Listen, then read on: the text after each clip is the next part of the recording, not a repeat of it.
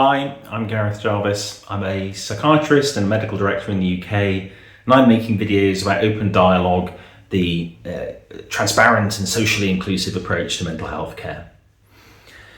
This video is going to be about the fourth open dialogue principle, which is one of responsibility. When we talk about responsibility within open dialogue, we're referring to the duty and morality aspects of that term.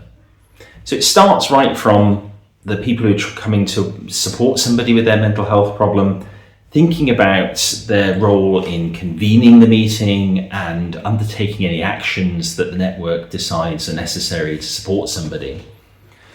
And we make sure that we take it upon ourselves to see those tasks through in a way that meets the person's needs. We're also thinking about the people who are undertaking a network meeting within this approach. And we know that often in mental health care, there's a degree of micromanagement, people wanting to know all the details of somebody's life and managing that. We don't do that within an open dialogue approach to the care. We trust the people who are going to support that person and their network to be able to manage the situation, to have the conversations that are necessary to support them and to make sense of it with that person and their family or social network. And when necessary, if they need other people to support that network, to know when to invite them in to have the conversations as well.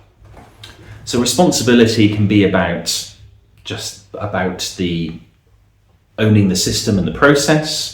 It can be about knowing that the people who are going to deliver the care are responsible in the way that they approach that care and can own that.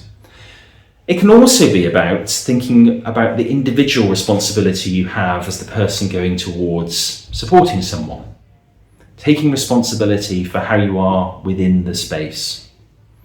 When was the last time you were invited to reflect upon how you are when you're there trying to support somebody or having a conversation with someone? What were the words that you said? How did you say them? Did you need to say anything at all? What are you communicating with your body language and the facial expression? In open dialogue, we really do invite people to think more deeply and reflectively about how they are in the space and considering whether was that the way that they had to be? Were there other options and other ways of being and things to follow?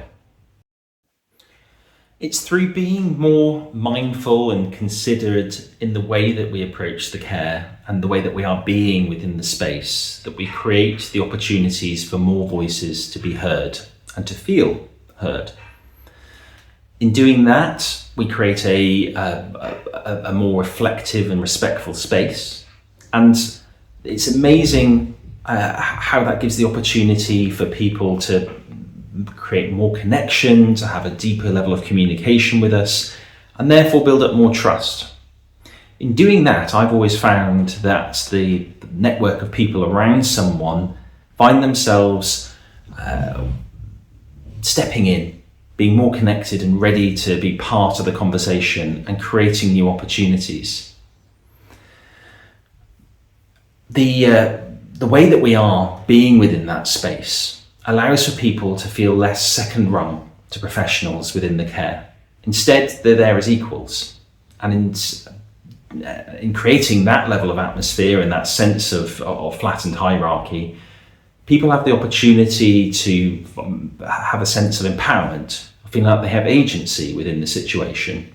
And before you know it, they're stepping up and taking responsibility. And it's through them taking responsibility and having a shared sense of ownership that people then start to really find the solutions that matter to them.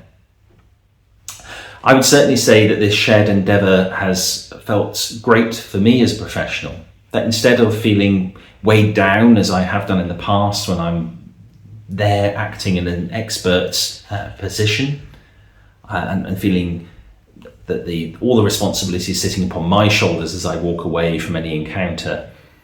Instead, in this way of working, it very much starts to become a shared sense of responsibility that we all are owning our parts within somebody's care and the conversations and what needs to happen next.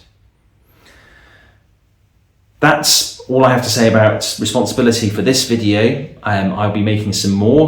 We've still got 3 more principles of open dialogue to describe. If you're liking these videos, please do click like, click the subscribe button, and I hope to see you next time. Thank you.